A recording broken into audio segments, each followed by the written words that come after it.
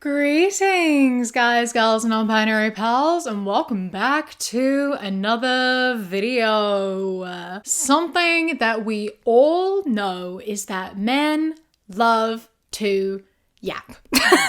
And not in like a fun way where they just like talk about fun things and just like have a good laugh, but in the way of like they feel like everything they say is really super duper important, and so they need to buy a microphone and have the entire world listen to them talk about themselves and how they deserve everything and how men are better than women. They like to sit down and share their very loud opinions that nobody asked for, which do often revolve around just like, being misogynistic. And I know it's a bit hypocritical of me to sit down here and say that like it's weird to pick up a microphone, sit down in front of a camera and talk about your opinions, because that's literally what I do for a job. But like, this isn't about me. This is about the amount of men who do this. During COVID, there was like a massive boom of men making podcasts. This is very well known. There's just all men, they have podcasts. Everyone has a podcast. They all sit down and think that their opinion is like really important. And it's really made a terribly huge impact on society, and especially like young boys and men and their perception of women, because they sit and listen to these podcasts and buy into all of this misogynistic red pill bullshit that, you know, they like to spew. And one of the biggest offenders of this, one of the more popular podcasts where this takes place, is one called the Whatever Podcast. Now, I am sure that most of you have seen clips of this podcast in the past, like on your For You page or somewhere. I've been meaning to make a video about them for years and just never have, but you know, I'm here now to talk about these men, because it's this one guy who sits down and he brings a bunch of women on as guests. A lot of the time they are sex workers, and he grills them and he shames them and he, you know, asserts this sort of like women are stupid and men know better attitude onto them. And I really don't know why women keep accepting to go on to these podcasts. I have to assume that it's one of two reasons, or both. One, that they're being paid.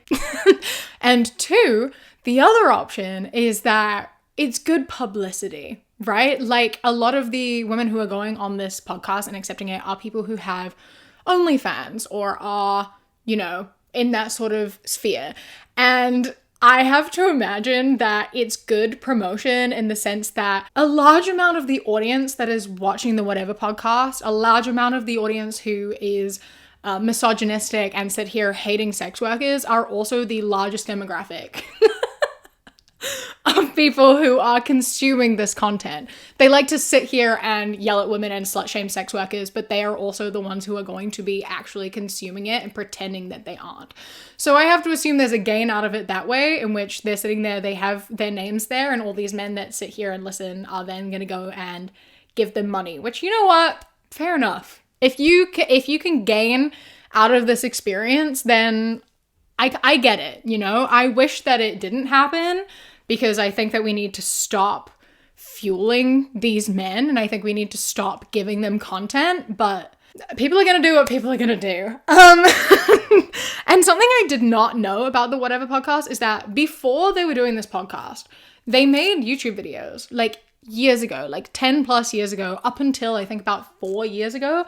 They made content for YouTube. They were short videos, and they were a prank channel. And they were one of those prank channels that all of their videos revolved around just like being incredibly inappropriate and sexually harassing people. So like they have videos like bra unhooking challenge, do you want a bone prank, ass prank, which has 20 million views, a boobs prank, they have Sailor Mooning, which is when they got someone to dress up as Sailor Moon and just moon people, 11-year-old picking up girls, where they sent an 11-year-old out to try to pick up girls because, you know, that's hilarious. They have a woman just walking around with a camel toe all day to see what reaction she gets. That has 40 million views, by the way, and the thumbnail is literally just like a close-up of a crotch with a camel toe. So yeah, you know, they've been doing this for a really long time, and it started with like unconsensual harassing women for lols on YouTube, and has now led into a podcast where they sit down and just spew bullshit into a microphone because they feel smart and it makes them feel better about themselves, that they, you know, they feel like they're owning women and that they're putting women in their place.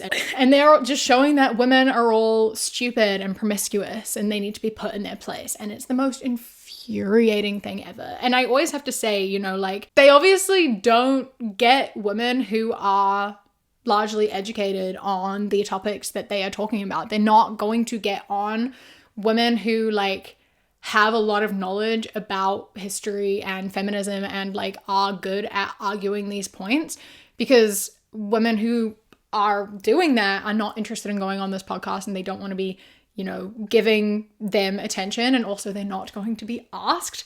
And when they are asked, most of the time they're going to say no, because these men don't listen. They just exist to talk over you and yell at you, and like they so often will be like, he owned a woman, look, he came out on top. And it's never actually how it goes whenever they talk to women who actually know what they're talking about. But they don't listen, they don't learn, so there's no point, you know? Anyway, now that I've sort of given the rundown on what this podcast is, let's have a bit of a dive into it and listen to some of the bullshit that they have to say. Okay. Would you rather cross paths with a man or a bear in the forest? I'd say a bear. Or why'd you pick bear? You never know what like a man's intentions are. So what percentage of men do you think would like victimize you in some sort of way? I guess specifically like SA. Maybe like a 50% chance. How do you know that 50% of men in the United States would want to do this? Because I've ran into a lot of men that have. So 50% of the men that you've just ran into, you've done an analysis and you're like, okay, 50% of men are potential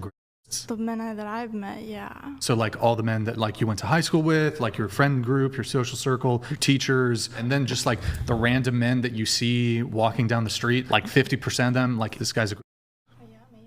What do you mean, yeah, maybe? Wouldn't that be an entailment of your position? Have 50% of the men like attempted to grip you? Yes. It's horrible. Hold on, no. 50% of the men that you've encountered have attempted to grip you. I'd say like a little less, like 25%. 1 in 4 men that you've encountered have attempted to SA you. Does this track for any of the women here? Like 1 in 4 men that you just walk past, they like tried? Really? This is so frustrating because of the question. There's really like no way to win this, like to answer this in a way that is going to be taken seriously. So like, although obviously I can't deny her claims, I don't know the men she's experienced or whatever, but I think like it's this thing of like, okay, the chances of 25% of all men she's ever encountered attempting to assault her is probably a little bit outlandish. That may not be entirely representative of what's actually happened. However, being suspicious of 25% of men is completely valid.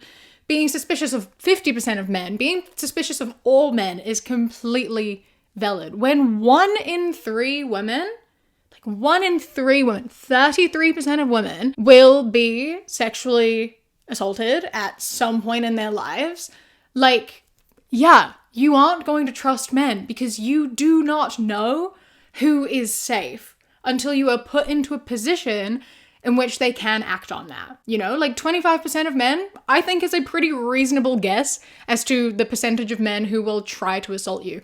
I would even say likely it could be higher. Like, but you're not in a position where that percentage of men is going to be tested. You know what I mean? Like, you don't know if a man is safe until you are in a position in which he can prove whether he is safe or not. And you try to avoid being put in a position where you can find that out. I think 25% is a very reasonable number to present. And like, no, maybe 25% of men that she's encountered haven't tried to sexually assault her, but that's just because they haven't been given the opportunity to. She has likely felt unsafe around that many men. So the answer to this question is really just like, trying to avoid any situation in which men can prove whether they are safe or not, because you don't want to put yourself in a situation where maybe they are not safe. And it is completely valid to be suspicious of all men because of how many men there actually are who will attempt something should you be in a space where they are able to do that and where they feel they are able to get away with that. And so naturally, she is going to choose the bear, right? Because bears are more predictable. You can scare away a bear by playing dead, by making loud noises. They are going to react in a very similar way no matter what. Like, they are going to attack if they are provoked. They are going to stop if you do certain things. Like, they are much easier to predict. Whereas it is much harder to stop a man. Playing dead won't stop him. Loud noises won't stop him. Violent attack won't stop him. A bear is more predictable. That's why we choose the bear. Men don't want to date women who are Yeah. But just because you have an fence doesn't mean you're a... Men don't want to date sex workers. Okay, that's... Generally speaking, most men, if you were to ask most men, they don't... What's that? What is so wrong with sex? I didn't say that. I didn't say that. Sex is wonderful. Sex is wonderful. It has to be under these guidelines, under this part. You're the one who says you can't hold a guy down for longer than 2 weeks because you get bored. God. You even admitted yourself. You said earlier on the show you're very picky. That must mean that a guy has to meet XYZ criteria. It happens to be the case for us and for most men. too. Men are also allowed to have standards, and I would argue one of those standards is we don't want to date women who have... It's just when you talk about your standards, it's so generalized. Listen, your reaction to our standards, can you blame guys for not telling you their standards when you react like this? Oh, I don't think I'm reacting that crazy, honestly. You have denied reality time and Oh, time again come when I've on, been telling Jake. when I've been telling you reality. Like, she's so right at the end there of being like, I don't think I'm reacting. Like, she is being so soft-spoken here. Like, she is reacting like a very normal person. And I love them being like, you're being ridiculous. I need you to shut up and, like, listen to what I'm saying. Like, she is speaking very reasonably.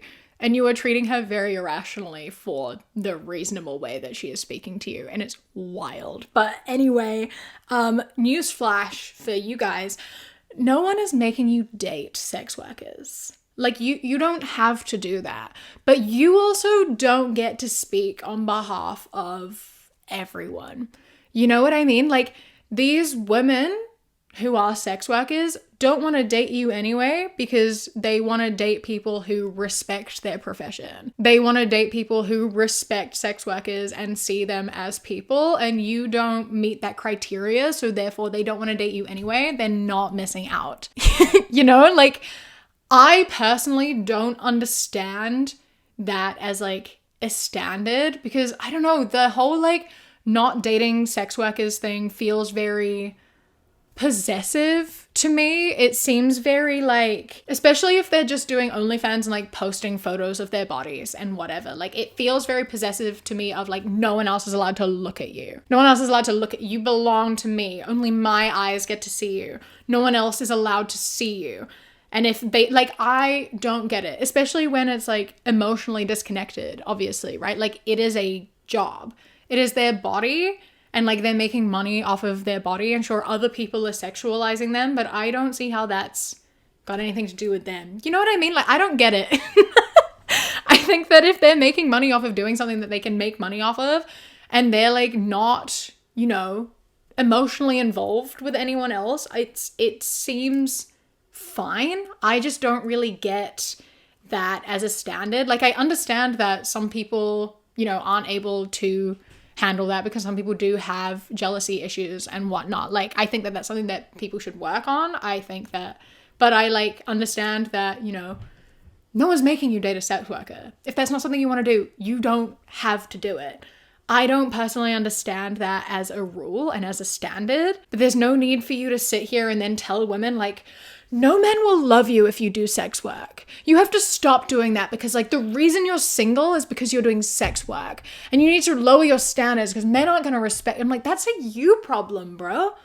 That's a you problem. Like, don't come in here and like try to tell women what they need to be because to be desirable, because you are making them desirable to your standards. Even if it's a majority of men's standards, that doesn't even matter because those aren't the men that they want to be dating anyway. You know, like, you get it?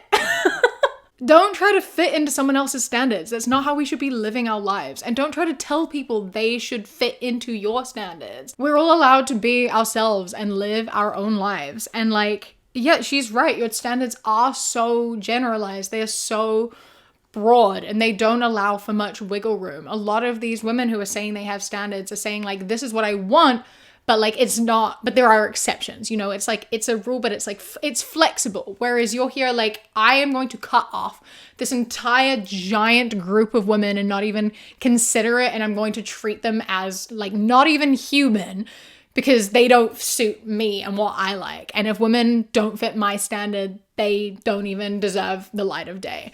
Like there is a difference between those two things. You know what I mean? Like you get it? Like, you know? I just really want to see inside why people are against sex workers. I just want to know, like, if you are someone who wouldn't date a sex worker, please like actually comment below why that is. I'm genuinely curious about like what the line is and why it's so solid and where it comes from. And like if you would date a sex worker, but there's like lines of different types of sex workers that you would date and like what that looks like, because I'm genuinely really curious about it. Because I do just view it as like another profession, you know, it's like it's a job. And people are going to do what people do to earn money. There's a whole ethical conversation that exists around sex work, but we're not going to get into that right now. Instead, though, I am going to tell you a little bit about today's sponsor, Cheeks. Cheeks is a platform for all things sexual wellness, and it offers a safe and ethical space for sexual entertainment and education. Cheeks is a subscription-based platform that offers a wide library of adult films, erotic audio stories, and a taboo-breaking magazine. And they also offer something called the Pleasure Academy, which is a space to answer all the questions that never got answered in sex ed at school. If you have a question about sex and sexual health or anything along those lines, then you can find your answers in the Pleasure Academy. They have tutorials, and it all comes from experts and people who are in the industry and are able to give a thorough education and answer all the questions that you may have. And on top of this, obviously, it is also a place where you can consume adult entertainment that is ethical. Everyone who works with Cheeks has been thoroughly screened, and they are being paid fairly and being made sure they are being treated fairly, and they have good contracts that allow them to have a safe workspace where they can leave if they are uncomfortable, and they only do what they want to do, and it is up to them what that looks like. There is a lot of unethical adult content that is out there. There's a lot of very unrealistic stuff that is out there. It is very harmful how much shit is out there. But Cheeks is a place that you know everyone is being treated fairly, and you are able to consume this content and learn more about yourself and your sexuality in a way that you know isn't contributing to a larger problem. I think it is so good to know about yourself and to have questions answered that you may be afraid to ask, and Cheeks is a perfect place for that. If you are interested in trying Cheeks for yourself, then you can use the link in the description with the code KIWI7, and you will get 7 days free with an annual subscription. So thank you so much, Cheeks, for sponsoring today's video, and let's get back into it. Along a similar vein of just disrespecting women for being in sex work, another thing that I really do not understand and never will is the issue with body count. And here is a TikTok about that. What is like an acceptable body count for a woman to have? 0. So virgins, then. That's what you guys are like. That would be the ultimate, but the lower the better. Okay, The lower would the you better. feel the Like, same what way range? towards a man, though? What's an Like- acceptable body count for a man? Yeah. I personally speak out against male promiscuity. I think one of the worst problems in our world is promiscuity in general. I don't support dudes like sleeping with a ton of women. I think it's degenerate. This is like one of the problems I have with like the red pill sphere as a whole is you've got like a lot of influencers that are like, yeah, women with high body counts are bad, but also you as a man should go get laid as much as humanly possible. It's Yeah. like, bro, you're literally advocating for men to contribute to the problem yeah, that you're it should calling be out. like- There are some differences, though, insofar as there's a small proportion of men who can be promiscuous as compared to the proportion of women who have the capacity Definitely. and capability to be promiscuous, because almost any woman, if she was so inclined, could be a slut, but not every guy can be a slut. But even an ugly dude is still going to try his hardest to be a slut if he wants to be. It's going to be much harder for him to do that, though, than for a woman who's at the same level of ugliness. First things first, why does it matter? Like, I will never understand this perspective of like body count having any impact on a relationship at all. Like, that literally doesn't matter at all. The only time someone's sexual history is important to a relationship is if they have any STIs or if they have any like triggers. That's really the only time you have to disclose anything, is if there's like, you know, boundaries and STIs. That's it. The rest of it doesn't matter. How many partners someone has had literally makes no difference. And I will never understand caring about this at all. Like, I just cannot wrap my head around it. I just don't get it. I'm obsessed with this guy being like, well, I don't like it when men are promiscuous either. But the reason he doesn't like it when men are promiscuous is not for the same reason. It's that he doesn't like men sleeping around because it encourages women to sleep around. The problem is entirely women sleeping around. So does that mean that men can be having a lot of gay sex? He strikes me as being homophobic, so he probably doesn't think so. But by his logic, it means that like men can all sleep with each other, and that's fine because it's not encouraging promiscuity from women, which is bad for some reason. And then fucking this guy, I don't even know his name. The host, I don't know his name. I have not cared to learn. But him saying that it's different for men because men have a harder time sleeping around than women do. Like, women have it really easy and women can be sluts and more women are sluts and it's harder for men. Bro, did you know that men on average have a higher body count? Like, they do. They have a higher body count. And also just in general, the average body count for everyone is like under 10. I will never understand where these people pull these fucking ridiculous numbers from and like start just lying. Like, men on average sleep with more people than women do. And like, if it's easier for women to sleep around, then that's once again men's fault. They're the ones who are sleeping with as many people as possible. So we're just like accepting it from like, this is still not women's problem. It is still all entirely on men. Like, sorry, we have standards.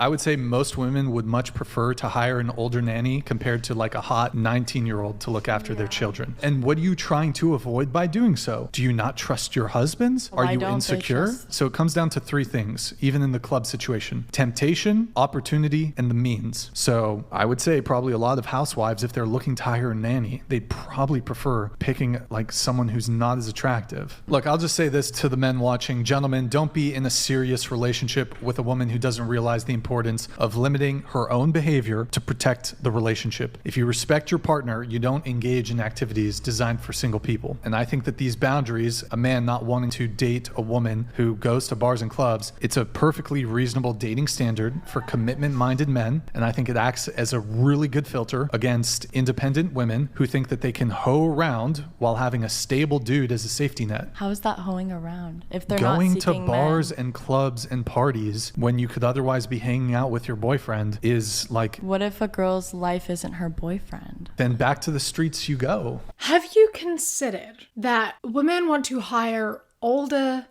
nannies because they have more experience in childcare?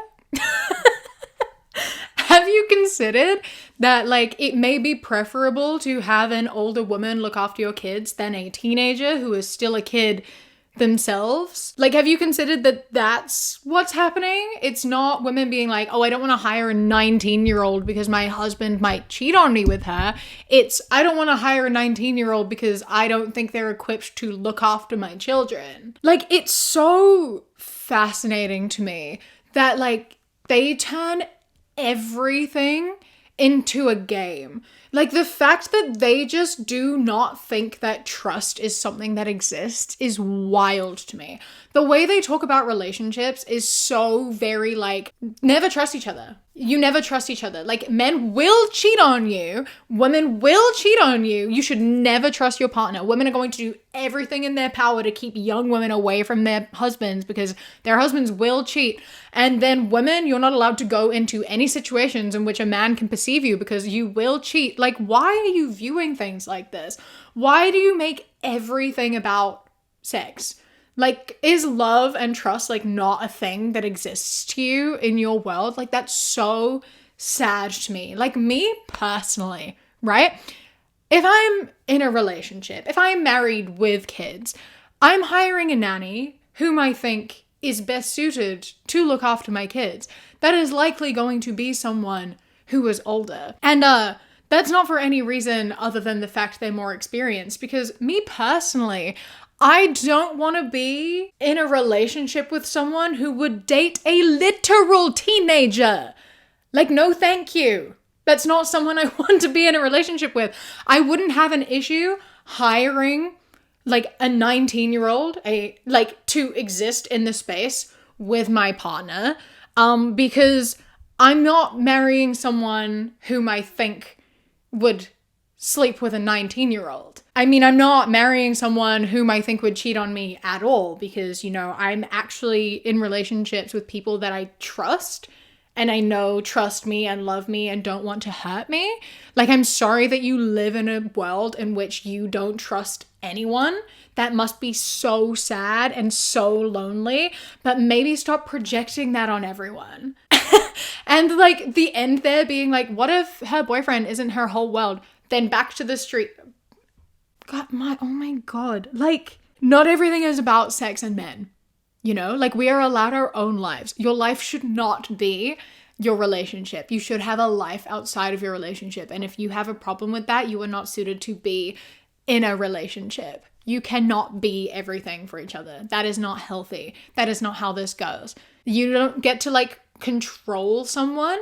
Like, the only reason you think that you have to be your partner's entire life is because you are afraid that they will leave you, because you want to be able to completely manipulate them. You want to be in control of them. And the second that they have a life outside of you, it means that you don't have as much control over them. That's not how a relationship should work. A relationship should be based off of trust and love and respect. And if you don't have that, you don't have a relationship and you should not be together. This one continues into this. You want the comfort of having a boyfriend, but you also want to do like single female with your girlfriends and go out and get male attention and party. Well, it's not for male attention most of the time. Then why even go? Like, you can just to have fun, to meet why people. Can't you just have fun? To live life. Why go to a club then? Well, also too, a lot of my friends are DJs, so male friends or female friends? Male friends, but like those male friends from like elementary school. Red flag. You don't have any girlfriends? I have so many great guy friends because they're just human. So let's say you're in a relationship, it's getting serious, you've been dating for 6 months, the guy's like super committed, super loyal to you. He says he doesn't want you hanging out with any of your male friends anymore. Yay or nay? I mean, that did happen with my last relationship and I did not see them. But in this time in my life, I have developed great male friendships. They probably want to sleep with you. No. Text them right now. They definitely do. No. Are they single?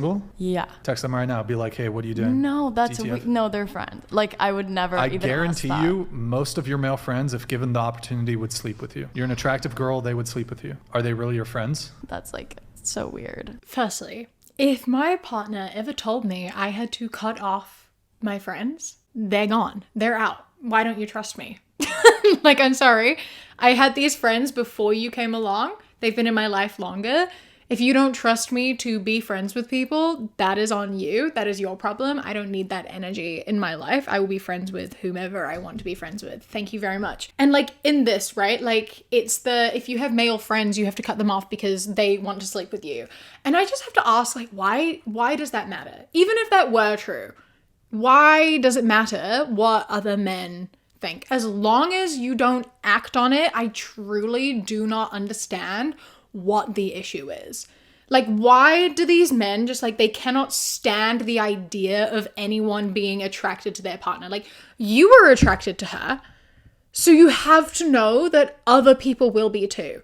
As long as it's not acted on, it really like should not matter at all, you know? And that's not even like in the situation they might not be attracted to her, because, you know, friendships can in fact exist without attraction. You can be friends with people of the gender that you're attracted to. Like, I am attracted to all genders. I don't have a gender preference. And guess what? I have a lot of friends and I'm attracted to none of them. Like, that is a thing that can happen. Okay, I cannot imagine living in a world where I am attracted to like every single woman. Like, what is happening in your head where you're like, all men in your life want to sleep with you. They're only in your life because they want to sleep on you. That is such big projection. Like, I'm sorry that you sexualize all women, But not everyone is doing that. And again, even if they did want to sleep with her, I don't see how that matters as long as nothing happens. Like, I just truly do not, I just don't get it at all. If these relationships have been going on for years, like since primary school, and nothing has happened, why are you worried now? Like, I don't get it. And then, like, the whole thing of being like, okay, text them and ask if they want to hook up right now. And when she doesn't, you can tell he's being like, yeah, because she knows they're going to respond and say, yeah. It's like, no, it's actually because that's really fucking weird thing to say to your friends. Even if they didn't want to, you know, like, imagine getting a text from your friend being like, hey, you busy? Let's fuck. Like, that's a weird text to get. That's so inappropriate. That's such an inappropriate, weird thing to text to one of your friends that you've had for such a long time. Like, she's not going to send that. Not because she's worried about them saying yes, but because it's a weird thing to say to your friend. Would you rather cross paths with a man or a bear in the forest? Starting with you, go ahead. Bear. Why do you guys hate men so much? Well, recently, one of my friends was by a man, and I also personally have encountered bears, and they're just sleeping, minding their business. Wait, in hold Alaska. on. Was your friend unfortunately by somebody that she know? Random person. Random act of violence. And found out that this person was a serial killer. So there were others. I want to test the logic though, because you said that your friend, I'm very sorry to hear that, was murdered by a serial killer. Knowing that there are serial killers among us, why are you guys living in civilization? Like, you should go live in the forest. Like, why are you living in like Los Angeles, which is like one of the largest cities in the world? To make the money to live in the forest. But you pick the bear, have my own land. and like the justification for picking the bear is my friend encountered a serial murderer. There are serial murderers out there. This is just a reality of life. Move to the forest, man. You're in LA. There's a couple serial out there right now. Firstly, the woman who is like, why do you think I'm in LA? To save money, to move to the forest. Icon, queen. I love that. So true. Wouldn't that be so ideal? Like, we can just, if we earn a lot of money and then just go buy a plot of land and just live our nice little, you know, cottagecore little lives. Icon. I love her. So true. As for the rest of this statement, my guy. Like, it's so funny to me because I love being like, well, if there's serial killers and you want to avoid them, why don't you go live in the forest? It's like, bro, that's why they say they avoid men. Like, that's literally the answer to this question. Do you choose a man or a bear? I choose a bear because they are making the active decision to avoid men because they don't trust men's intentions. That's literally the point of the question. We live in society. There are bad people that exist in society. So we take all the steps we can to try to avoid being put in situations in which we can be hurt by those bad people in society. And that's what she's answering. That's what she's saying. Like, I'm sure you also, you know, don't want to be killed by a serial killer, right? You probably are going to avoid doing things in which you know you are going to be unsafe. Granted, most of the time that is not applicable to you because you are a man, so you don't feel unsafe as much as we do. But like, that's the whole point here, is that, you know, she's saying that she doesn't trust men for very valid reason, and so she is going to take the steps she can to protect herself from men whilst still living in our society. You can be a part of society and dislike parts of society. I fucking hate capitalism, but I still have to participate in it because that is the world in which I live. You just do what you can to stay safe and to live within your reality. That's why she's avoiding men. That is why they say they dislike men, for very good reason. And they're doing what they can short of moving to the forest. So, you know, I don't think it's our responsibility to like stop living our lives because there are some shitty people out there. I think instead maybe we should be, you know, supporting each other and keeping each other out of dangerous situations where we can, and not just being like, well, maybe you shouldn't live in society. Shut up, bro. Shut up. You said you're 36, right? Yes. Do you have more baggage now than you did at 18? Of course. Life provides baggage, yeah. The longer you live, the more experiences you've had, good and bad. Exactly. But what is that in a man saying, I don't want a woman because she doesn't have baggage? What would be wrong with that if that's a man's standard? I want a woman with as little baggage as possible. What is actually wrong with wanting somebody who doesn't have baggage or who has less of it? Do you think you're truly capable of leading her? I think that there's the opposite. Honestly, Personally, in some situations, not all, sometimes you can get thicker skin, sometimes you can develop more of a resolve. I actually think the more wounds you have, I think it makes you more susceptible to a subsequent wound. This idea that, oh, as a woman, I've been through so much.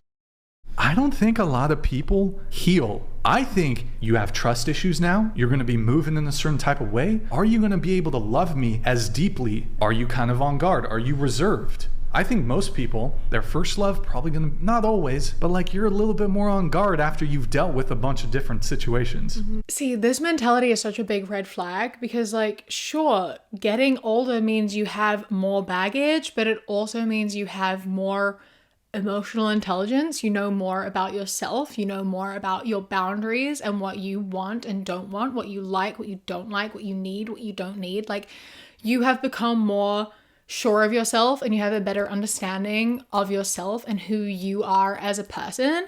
And if you are someone who is older and you have all this life experience and you have learned, you know, what you want in a partner, and you know exactly who you want them to be, you can go to someone who has no experience and you get to shape that experience, right? You are then telling this young person who doesn't have any experience, who hasn't learned to set boundaries for themselves, etc., what they are supposed to be, how they are supposed to look and act. You get to mold this person. You get to groom them.